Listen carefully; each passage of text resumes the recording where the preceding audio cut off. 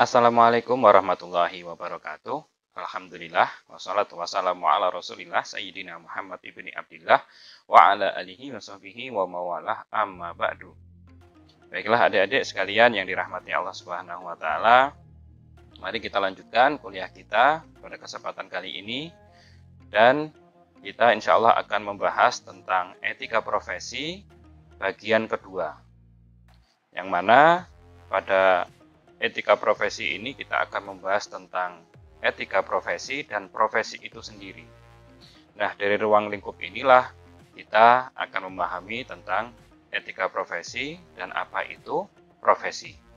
Maka tidak bertele-tele, mari kita lanjutkan kuliah kita dan simak videonya sampai habis.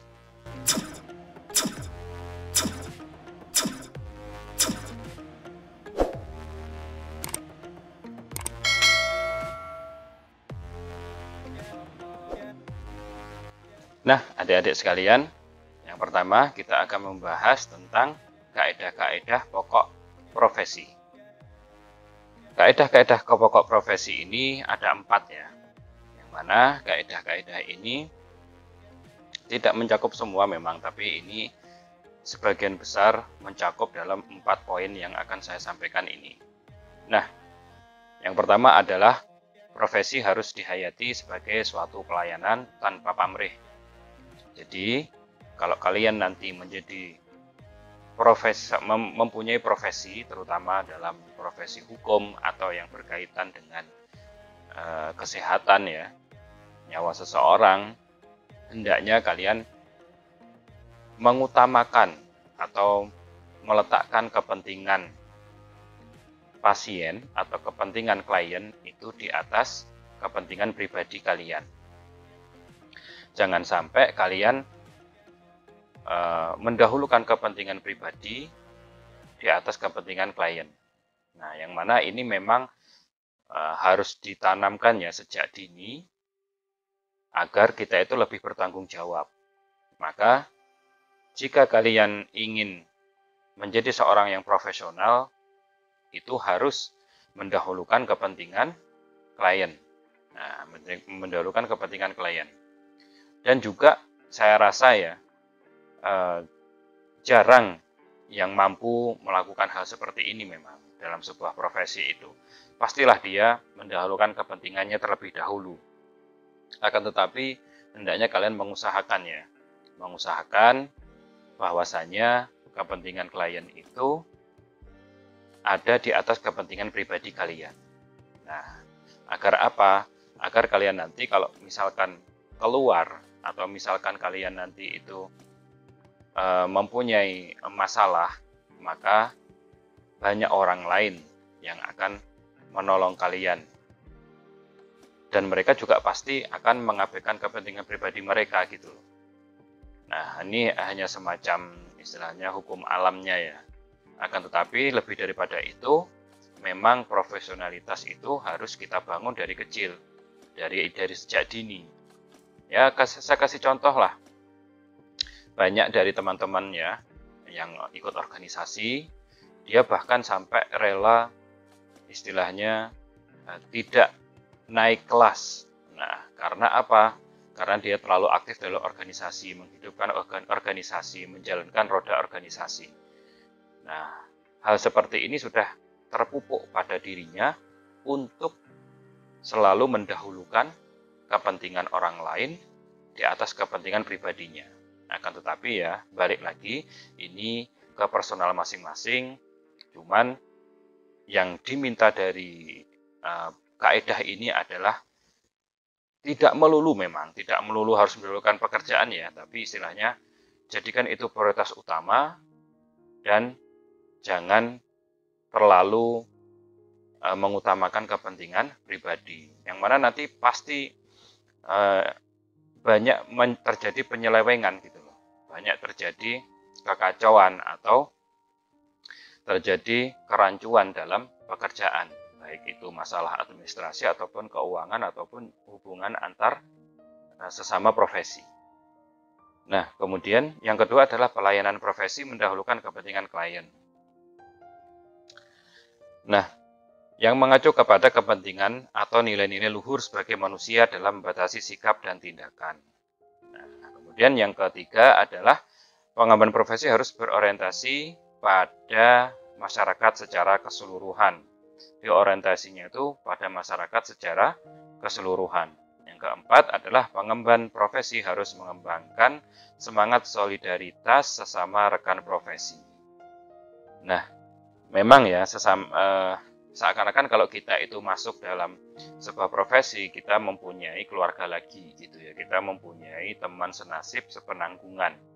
Yang mana ketika ada teman kita, ada rekan kita yang sesama profesi, kemudian mendapatkan musibah, pasti kita akan bersimpati gitu loh. Soalnya ya kerjaannya sama, tanggung jawabnya sama. Nah, jadi kalau kita tidak bisa mengembangkan semangat solidaritas, ya bagaimana kita akan mendapatkan empati atau mungkin bantuan dari atau dukungan dari sesama profesi kita. Nah, maka jaga juga ini ya, harus dijaga hubungan antara sesama profesi agar apa? Kita juga semakin berkembang dalam menjalankan profesi kita. Kemudian selanjutnya adalah standar etika profesi. Nah, etika profesi itu ada standarnya ya. Ada standarnya. Maka standar tujuan pokok etika profesi. Nah, ini dia. Standar etika menjelaskan dan menetapkan tanggung jawab kepada klien, lembaga, serta masyarakat pada umumnya. Jadi kalau ada dalam etika profesi itu sudah tertulis ya, dalam etika profesi itu kan sudah tertulis. Itu sudah tertulis, maka bagaimana aturannya itu? Yaitu yang menjelaskan dan menetapkan tanggung jawab kepada klien. Yang diutamakan itu klien, lembaga, serta masyarakat pada umumnya. Jadi memang kalau kita sudah, ini poin-poinnya itu hampir sama ya. Maksudnya ketika ngomong etika profesi ataupun profesi itu seakan-akan tidak ada ruang untuk kepentingan pribadi gitu. Semuanya harus kita curahkan untuk kepentingan orang lain ataupun lembaga ataupun masyarakat pada umumnya. Nah, maka yang namanya standar tujuan pokok adanya etika profesi itu pasti menjelaskan dan menetapkan adanya tanggung jawab terhadap klien, karena tanggung jawab ini paling penting dan kadang diukur, bukan kadang, pasti diukur juga tanggung jawab kita sejauh mana kita mau menjalankan profesi kita. Yang kedua, standar etika membantu tenaga ahli profesi dalam menentukan apa yang harus diperbuat. Nah, jadi etika profesi ini juga istilahnya orang itu kalau masuk dalam sebuah profesi itu kan tidak tahu ya, saya harus ngapain, misalnya secara detail lah ya, menghadapi klien bagaimana, istilahnya menghadapi komplain bagaimana, kalau ada masalah begini bagaimana, administrasinya bagaimana, terus kalau keluar kalau hidup dengan masyarakat harus bagaimana, kalau mau ke tempat-tempat umum itu juga harus bagaimana. Nah, itu dalam standar etika profesi ini dijelaskan gitu loh, apa yang harus saya perbuat, kalau saya terkena kasus hukum bagaimana gitu ya. Nah, itu semua sudah diatur nanti di situ. Maka harus ada ini standar istilahnya standar etika profesi ini harus ada dan dijelaskan. Saya yakin juga tidak semua ya istilahnya orang itu jika menginginkan sebuah pekerjaan itu dia tanpa pernah punya pengalaman, dia nggak bakal tahu gitu loh apa yang diperbuat secara detail, otomatis secara umum saja. Nah, maka dengan standar etika profesi ini pasti dijelaskan di situ semua. Kemudian yang ketiga adalah standar etika menjaga reputasi atau nama dan fungsi profesi dalam masyarakat melawan perbuatan jahat dari anggota tertentu. Nah, yang namanya profesi itu punya wibawa ya.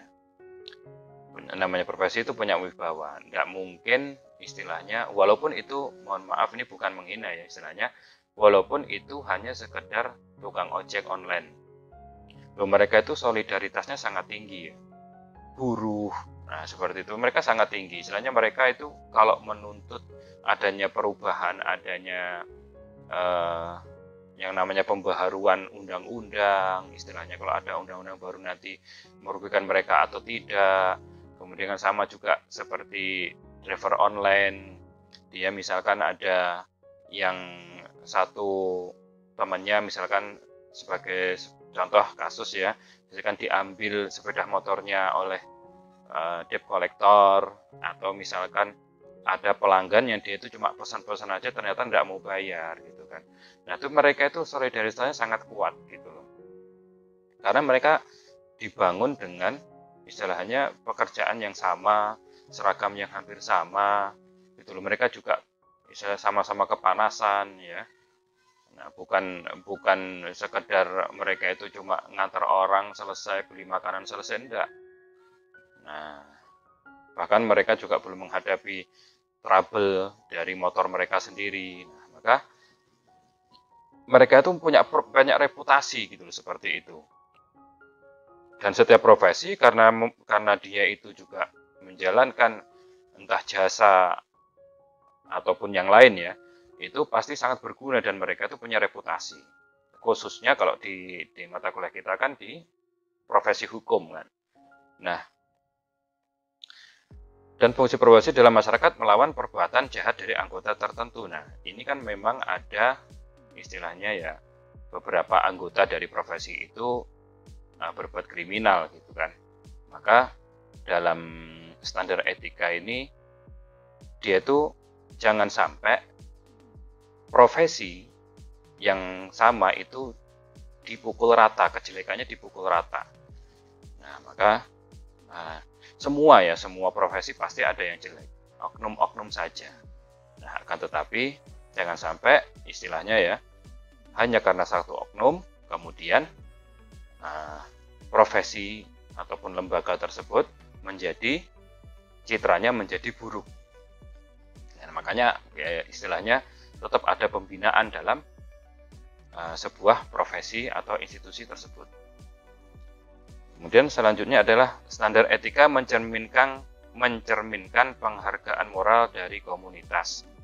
Nah, dari standar etika yang ditulis yang ada itu akhirnya kan ada penghargaan moral gitu loh bagi kita ini. Selain kita menjaga reputasi, kita secara moral juga ada penghargaan dari komunitas kita gitu loh. Kalau kita menjalankan standar etika tersebut, standar profesi tersebut. Ya istilahnya kalau diajak dalam pekerjaan, kalau kita itu menjalankan standar profesi itu, otomatis orang kalau ditakdirkan atau ditugaskan dalam satu tim dengan dia, ya mau gitu loh. Nggak malah disingkirkan gitu loh. Misalnya kalian satu tim kemana dengan si A, si B, si C. Oh, si C ini orangnya istilahnya nggak bisa dia diajak kerjasama gitu loh. Selalu mementingkan kepentingan sendiri, istilahnya sudah waktunya ngantor masih ngopi, ya kan, masih santai-santai. Kemudian dihubungi susah, jawabnya lama, gitu kan. Atau misalkan dia ketika di kantor juga nggak mau istilahnya bergabung dengan yang lain akhirnya gitu loh ya. Nah, ini seperti ini harus dihindari ya. Harus dihindari karena yang rugi ya nanti kita sendiri. Kemudian selanjutnya yang kelima, standar etika merupakan dasar untuk menjaga perilaku dan integritas atau kejujuran dari profesi tersebut. Nah, jadi istilahnya dalam standar etika profesi ini, seorang profesional itu akan menjaga perilaku dan integritas atau kejujuran dari profesi tersebut. Ya pasti ya. Nah, seorang profesional itu, seorang yang sudah mengemban sebuah profesi itu harus menjaga perilakunya ya, harus menjaga perilaku, harus menjaga integritas dan kejujuran dari profesi tersebut. Kemudian selanjutnya adalah peranan etika dalam profesi. Nah, peranan etika dalam profesi adalah dengan nilai-nilai etika tersebut, suatu kelompok diharapkan akan mempunyai tata nilai untuk mengatur kehidupan bersama. Jadi dalam etika dalam profesi ini kan mengandung nilai-nilai standar-standarnya gitu kan, yang diperbuat apa, yang nggak boleh apa. Nah, maka yang orang yang mengemban profesi tersebut mempunyai nilai tersendiri gitu loh di mata masyarakat. Nah, di samping itu juga yang namanya etika profesi ini juga, etika dalam profesi ini orang itu juga akan segan gitu kan, segan atau istilahnya mudah dipercaya gitu. Oh, Bapak ini di instansi ini orangnya tegas, kemudian orangnya itu tepat waktu gitu kan. Dan dia bisa menyelesaikan baik itu dari sifat ataupun kelakuan, tindakan, bahkan dari pakaian gitu. Nah, bukan berarti menyombongkan, tapi memantaskan. Kalau menyombongkan itu kan yang berlebihan ya. Nah, kemana-mana pakai jas gitu, mentang-mentang pejabat pakai jas ya enggak ya. Nah, itu istilahnya orang yang selalu menjalankan etika profesi, dia akan mempunyai nilai-nilai tertentu. Nah, karena kita pasti mempunyai kehidupan yang majemuk ya, banyak. Kemudian selanjutnya adalah menjadi pusat perhatian karena adanya tata nilai yang mengatur dan tertuang secara tertulis, yaitu kode etik profesi, dan diharapkan menjadi pegangan para anggotanya. Jadi kalau ini seorang pejabat, ya seorang pejabat dan dia itu orangnya memang disiplin, kemudian tanggung jawab, kemudian kerjaannya bagus, tidak hanya cuma nyuruh-nyuruh saja, tapi dia juga bekerja. Nah, pasti ya istilahnya akan menjadi pusat perhatian. Nah, dia menjalankan tata nilai yang mengatur dan kode etik itu akhirnya kan menjadi contoh yang baik bagi para anggotanya. Menjadi contoh yang baik bagi para anggota. Karena anggota ini pasti istilahnya ya, semua makhluk Allah itu pasti ada pemimpinnya. Manusia itu pasti ada pemimpinnya juga. Tergantung skala saja atau tergantung bidang saja. Mau skala negara atau skala instansi atau skala provinsi, kabupaten dan lain sebagainya. Yang pasti harus ada pemimpin. Karena inilah yang bertanggung jawab dengan anggotanya dan yang menjadi panutan bagi para anggotanya. Nah, selanjutnya adalah sorotan masyarakat menjadi semakin tajam manakala perilaku-perilaku sebagian para anggota profesi yang tidak didasarkan pada nilai-nilai pergaulan yang telah disepakati bersama atau yang tertuang dalam kode etik profesi, sehingga terjadi kemerosotan etik pada masyarakat profesi tersebut. Jadi penerapan etika itu mencegah para orang-orang yang mempunyai profesi, orang-orang yang mempunyai profesi tertentu, mempunyai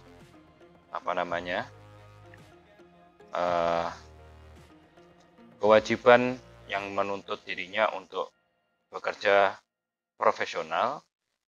Nah, etika itu mencegahnya dari berbuat menyalahgunakan kewenangan. Seperti istilahnya, contoh ya, adanya mafia hukum, jual beli kasus gitu kan. Kemudian jual beli jabatan dalam instansi-instansi yang lain. Misalnya jual beli jabatan itu ya istilahnya kalau kamu mau menjabat ini, kamu setor uang segini. Itu ya. Atau istilahnya mafia tanah. Nah, pejabat yang ngurusin tentang pertanahan. Nah, ini hanya contoh saja. Maka etika itu sangat penting untuk mencegah yang seperti ini. Walaupun ini di Indonesia ya hampir dibilang istilahnya ya merata gitu ya. Dan itu bukan menjadi rahasia lagi. Bukan menjadi rahasia. Karena terang-terangan walaupun istilahnya nggak nyebut nominal gitu ya. Wong istilahnya yang skala ya ini baru skala instansi istilahnya desa atau kabupaten itu sudah ratusan juta gitu loh. Sudah ratusan juta itu. Nah, otomatis si pejabat ini pasti dalam benaknya nanti dia uangnya harus kembali gitu. Setelah menjabat uangnya harus kembali. Nah, kalau seperti ini kan nggak ada habisnya nanti. Nanti pejabat setelah juga bayar lagi.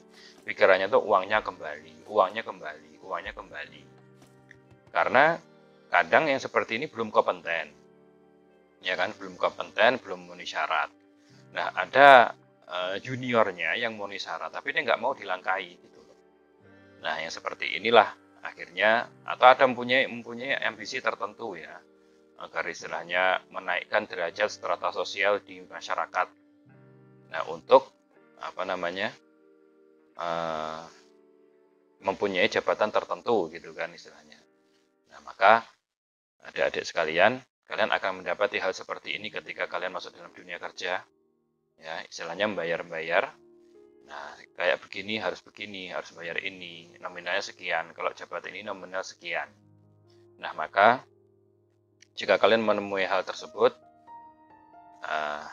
dan kalian ingin menduduki jabatan itu, nah, saya tetap menyarankan untuk tidak membayar. Ya, tidak membayar. Maksudnya apa? Karena ketika kalian melakukan hal itu dan kalian menjabat, satu pikirannya balik uangnya kapan? Harus balik uangnya. Akhirnya kalian melanggar atau mengakali aturan-aturan. Nah, kemudian istilahnya kalian ingin memperkaya diri dari hal tersebut. Entah dari proyek-proyek atau dari pengadaan-pengadaan, macam-macam. Nah, nanti juga kalian kalau mau mengangkat pejabat di bawah kalian juga akan mintain uang. Nah, kemudian gimana solusinya?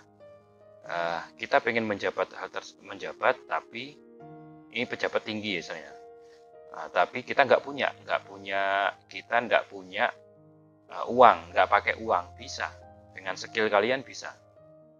Nah, dengan skill kalian bisa. Ya, walaupun keberhasilannya itu mungkin tidak bisa 100% atau bahkan mungkin hanya 50%, akan tapi cobalah. Nah, coba. Daripada kalian terjerumus dengan istilahnya lingkaran seperti itu. Itu sangat tidak baik sekali. Nah, sangat tidak baik sekali.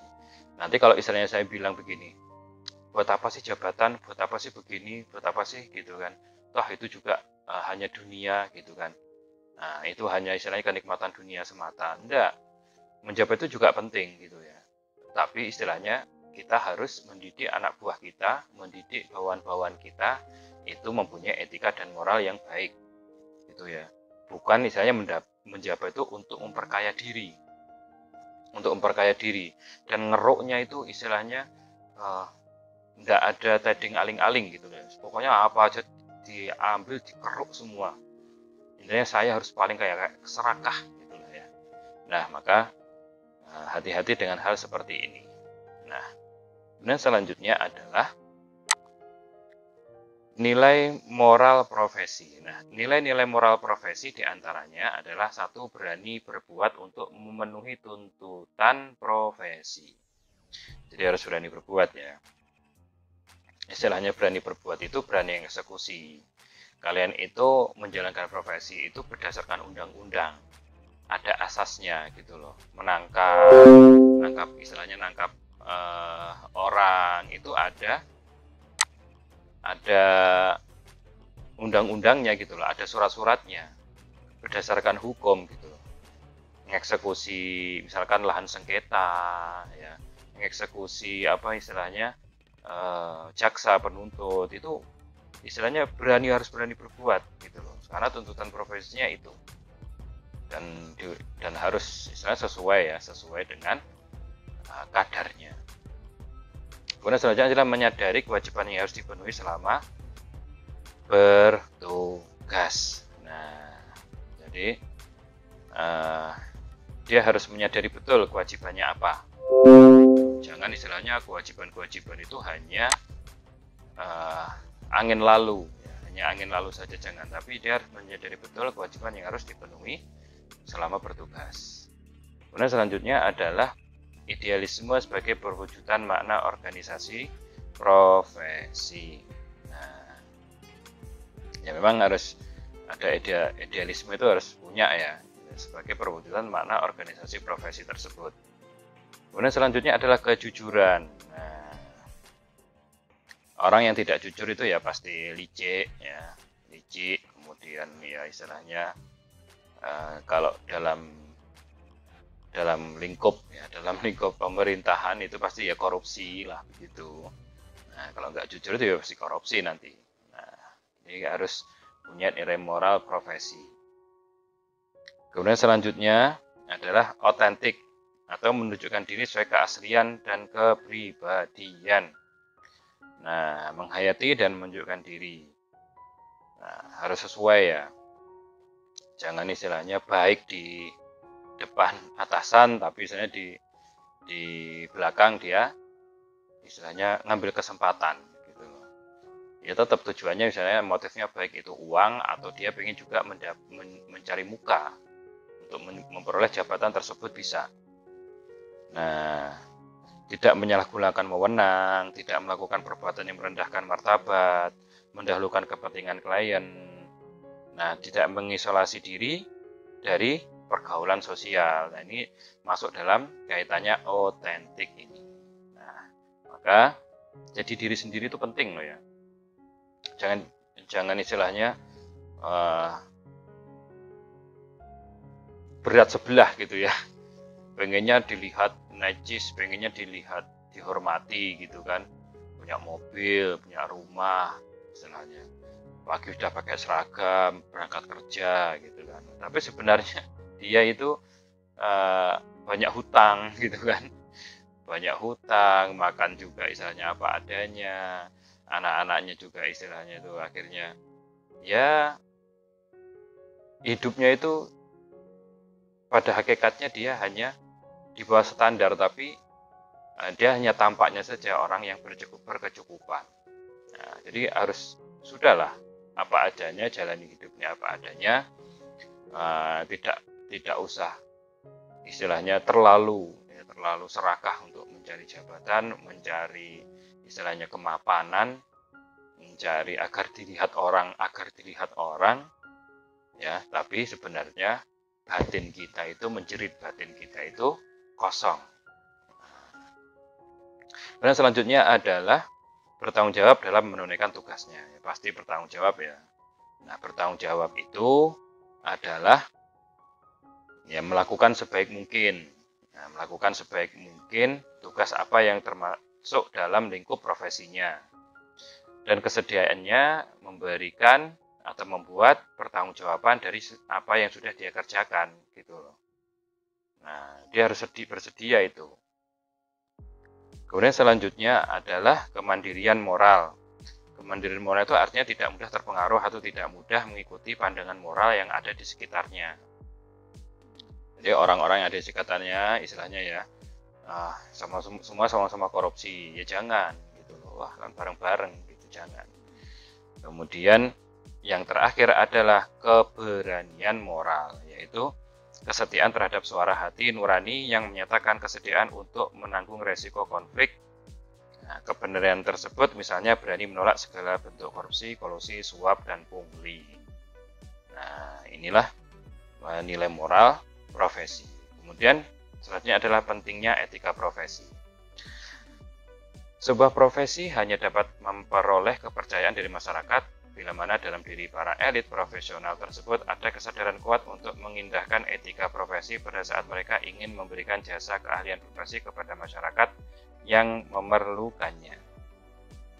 Tanpa etika profesi, apa yang semula dikenal sebagai sebuah profesi yang terhormat akan segera jatuh terdegradasi menjadi sebuah pekerjaan pencari nafkah biasa atau okupasi yang sedikitpun tidak diwarnai dengan nilai-nilai idealisme dan ujung-ujungnya akan berakhir dengan tidak adanya lagi respek maupun kepercayaan yang pantas diberikan kepada para elit profesional ini. Jadi memang etika profesi itu harus ditumbuhkan, semangatnya harus digelorakan.